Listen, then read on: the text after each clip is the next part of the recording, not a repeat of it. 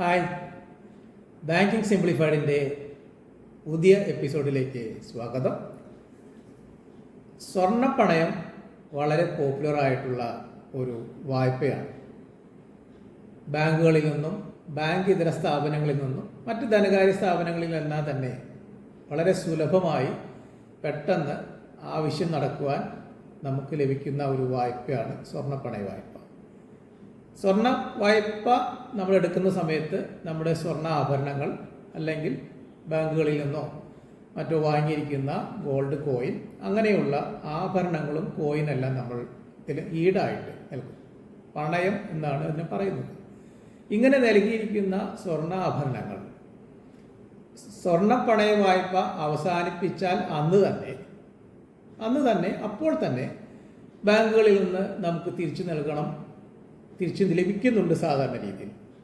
അതേസമയം ചില അവസരങ്ങളിൽ എന്തെങ്കിലും കാരണവശാൽ ഒരു പക്ഷേ ഉടനെ തന്നെയോ അന്ന് തന്നെയോ ആഭരണങ്ങൾ തിരിച്ച് ലഭിക്കുന്നില്ലാത്ത ഒരു സാഹചര്യം ഉണ്ടായാൽ ഇതിനായി ബാങ്കുകൾക്ക് റിസർവ് ബാങ്ക് ഓഫ് ഇന്ത്യ നൽകിയിരിക്കുന്ന പരമാവധി സമയം 7 ദിവസമാണ്.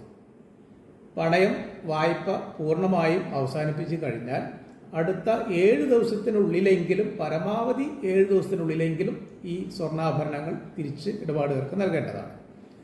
അങ്ങനെ നൽകിയില്ലെങ്കിൽ 8ാമത്തെ ദിവസം മുതൽ ഓരോ ദിവസത്തേക്കും 5000 രൂപ വീതം നഷ്ടപരിഹാരം ലഭിക്കുവാൻ ഇടപാടുകാർക്ക് അവകാശമുണ്ട്. റിസർവ് ബാങ്ക് ഓഫ് ഇന്ത്യയുടെ നിയമത്തിൽ പറഞ്ഞിരിക്കുന്നതാണ്. എല്ലാ ബാങ്കുകളും മറ്റ് ധനകാര്യ സ്ഥാപനങ്ങളും ഈ നിയമം അനുസരിക്കുവാനും നഷ്ടപരിഹാരം നൽകുവാനും ഉത്തരവാദിത്വം ഉള്ള സ്ഥാപനങ്ങളാണ്. ചില സമയങ്ങളിൽ ബാങ്കിൽ വെച്ചിരിക്കുന്ന സ്വർണ്ണാഭരണങ്ങൾ നമുക്ക് തിരിച്ച് ലഭിക്കുന്ന സമയം അതിന് ചില കേടുപാടുകൾ സംഭവിച്ചതായിട്ട് ഇടപാടുകാർ പരാതി പറയുന്ന സാഹചര്യം ഉണ്ടാവാറുണ്ട്. അങ്ങനെ കേടുപാടുകൾ സംഭവിക്കുകയാണെങ്കിൽ ആ കേടുപാടുകൾ നികത്തി കൊടുക്കുവാൻ ബാങ്കുകളും സ്ഥാപനങ്ങൾക്കും ഉത്തരവാദിത്തമുണ്ട്.